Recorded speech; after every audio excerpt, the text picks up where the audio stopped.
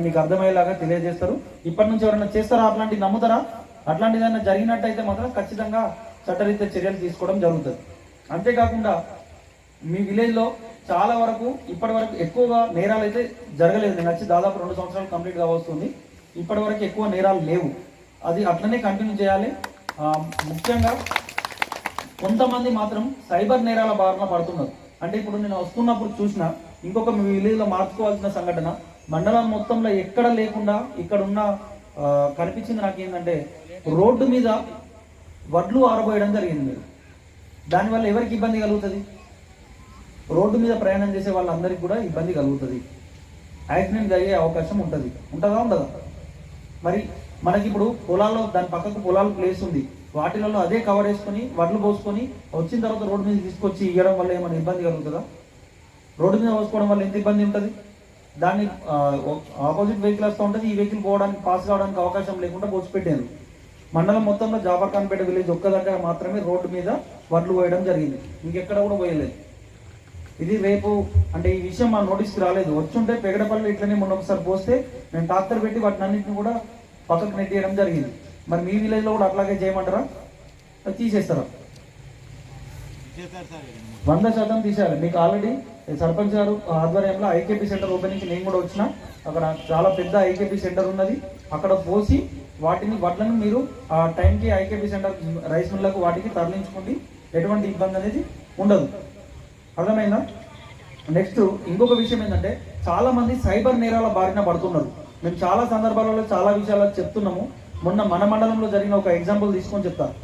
Lakshmipur village ఉంది కదా, అక్కడ జనార్దన్ రెడ్డి అని చెప్పి ఒక పర్సన్ ఉన్నాడు. అతను రైతు. ఒక 8 ఎకరాలు ఏమో ఉంది. అతను ఆ పంట పండించి దానికి ఏం చేసుకున్నాడు, లోన్ తీసుకున్నాడు. బ్యాంకు నుంచి ఫోన్ చేస్తున్నామని, ఎస్బీఐ బ్యాంక్ నుంచి ఫోన్ చేస్తున్నా కాళేశ్వరం నుంచి అని చెప్పి, నీకు రైతు రుణమాఫీ 1,12,000 రూపాయలు వచ్చింది, దాని చెక్కు నీకు రావాలంటే నువ్వు అర్జెంటుగా 15,000 రూపాయలు నేను చెప్పిన నెంబర్కి ఫోన్పే చెయ్యి. నువ్వు తొందరగా చేయకపోతే ఆ డబ్బులు అనేది, ఆ చెక్ అనేది రిటర్న్ వెళ్ళిపోతుంది, నీ ఇష్టం అని చెప్పి 2 సార్లు 3 సార్లు ఫోన్ చేయగానే అతను నమ్మి 15,000 రూపాయలు అతను చెప్పిన నెంబర్కి ఫోన్పే చేసింది. చేసిన తర్వాత మళ్ళీ ఒక హాఫ్ అన్ అవర్ ఆగి, అంటే అర్ధగంట ఆగి మళ్ళీ ఏం చేసిండు, మళ్ళీ ఒక 10,000 రూపాయలు ఇంకో నెంబర్ కొట్టమని ఫోన్ చేసిండు. అతను అప్పుడు డౌట్ వచ్చి డైరెక్ట్గా బ్యాంక్ వచ్చింది. బ్యాంక్ వచ్చి అడిగితే మేము ఎవరిని కూడా డబ్బులు కొట్టమని అడగము, ఎవరు డబ్బులు కొట్టకూడదు, అట్లాంటి డబ్బులు ఎవరు అడగరు అని చెప్పి బ్యాంక్ వాళ్ళు చెప్పాడు. చెప్పిన తర్వాత ఏం చేసిండు, అతను తిరిగి వెంటనే పోలీస్ స్టేషన్కి వచ్చింది. రాగానే 1930 నెంబర్కి ఫోన్ చేసి కంప్లైంట్ చేయడం వల్ల ఇమీడియట్గా అతను తొందరగా తేరుకున్నాడు కాబట్టి ఆ విషయం మా దగ్గరకు వచ్చి కంప్లైంట్ చేసింది. కాబట్టి అతను డబ్బులు ఎక్కడికి పోకుండా మేము డబ్బులు ఇప్పించగలిగినాం. ఆ నేరస్తులు ఎవరో ఇక్కడ చేసిందో మంచిగా ఉంటే మనం పట్టుకోగలిగినాం. అంటే ఇదంతా కూడా మీకు ఎందుకు చెప్పాల్సి వస్తుందంటే, మీకు అవగాహన ఉండాలి. ఎట్టి పరిస్థితుల్లో ఎవరు కూడా డబ్బులు ఇవ్వమని అడగరు, ఓటీపీలు చెప్పమని అడగరు, బ్యాంకు వాళ్ళు ఎవరు ఫోన్ చేసి మీ డీటెయిల్స్ చెప్పమని అడగరు. వాళ్ళు ఉత్తగానే ఏమున్నది, రైతులు ఏదో ఒక నెంబర్కి ఫోన్ చేస్తున్నారు. అలా ఫోన్పేలో మీ నెంబర్ కొడతాగానే ఏమొస్తుంది, ఫలానా ఇంటి పేరుతో సహా అతని పేరు సహా అలా కనిపిస్తుంది. ఆ పేరు అట్లాంటి వాటిని ఎట్టి పరిస్థితుల్లో నమ్మకూడదు. వాటి గురించి మీకు సరైన అవగాహన కల్పిస్తారు మా పోలీస్ సిబ్బంది, ఇక్కడ మీకు మా కళా బృందం సిబ్బంది కల్పిస్తారనే ఉద్దేశంతో వాటి మీద అవగాహన కల్పించడం కోసం మీకు ఇక్కడ ఈ కళా బృందం ప్రోగ్రాం ఏర్పాటు చేయడం జరిగింది. మన మండలంలో ఇక్కడ ఒకటే దగ్గర కాదు, మొన్న గంగారం విలేజ్లో హుసన్మియా వాగులో కూడా ఇట్లాంటి కార్యక్రమం ఒకటి చేయడం జరిగింది. వాళ్ళ మీద కేసు రిజిస్టర్ చేయడం జరిగింది. ఇట్లాంటి వాటిని చేయించుకున్న చేసిన వాళ్ళకు కావచ్చు, చేయించుకున్న వాళ్ళ మీద కూడా కేసు రిజిస్టర్ చేయడం జరుగుతుంది. ఎట్టి పరిస్థితుల్లో అట్లాంటి పనులు చేయకండి. ఈ కాలంలో ఇప్పుడు అట్లా నిజంగానే ఆ విధంగా ఆరోగ్యం బాగుపడుతుంది అంటే ఈ హాస్పిటల్ ఇవన్నీ అవసరం లేదు కదా? అవసరమా మరి? ఈ హాస్పిటల్ అన్నీ అవసరం లేదు కదా? ఒక్క నిమిషం. అక్కడ మంత్రం వేయడానికి, తంత్రం వేయడానికి ఎటువంటివి కూడా ఉండవు. ఏం నమ్మడానికి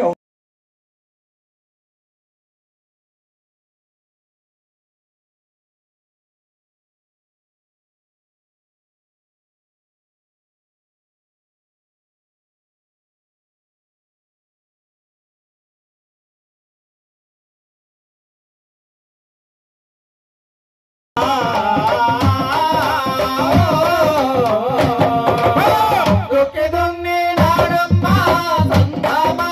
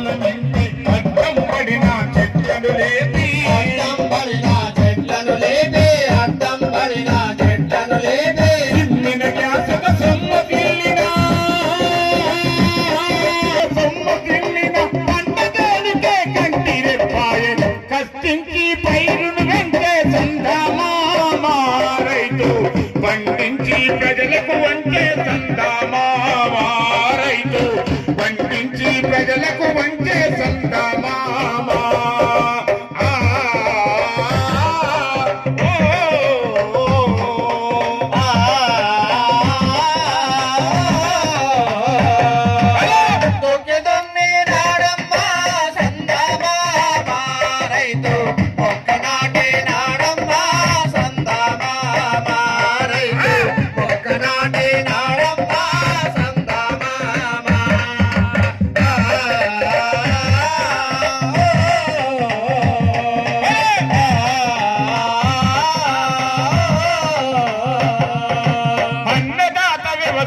కార్మికుడు అప్పులల్లో బడి సతమతమవుతే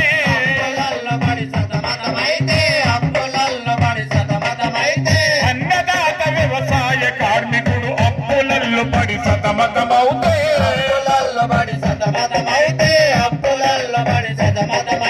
చితికిన బట్టలు సింపిరి జుట్టుతో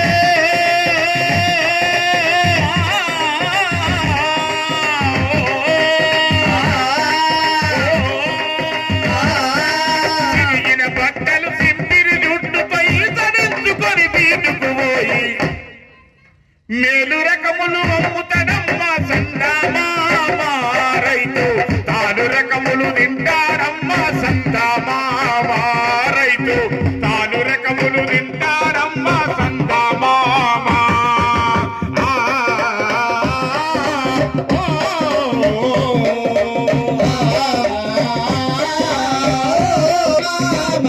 రైతు ఒక్కనాటి నాడమ్మా ఒక్కనాటి నాడమ్మా సందమామా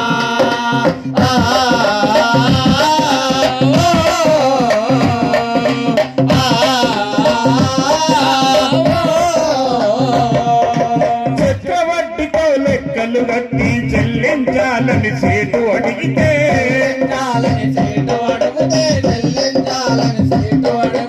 చక్రవర్తితో లెక్కలు కట్టి చెల్లించాలని సేటు అడిగితే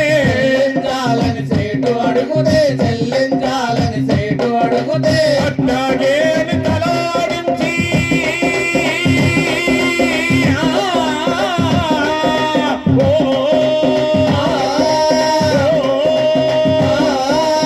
అట్లాగే తలాడించి 6 నెలలు కడిగిమ్మని కోరే వెన్న కన్నా మెత్తని వాడే సందమామా రైతు నీ కన్నా చల్లని వాడే సందమామా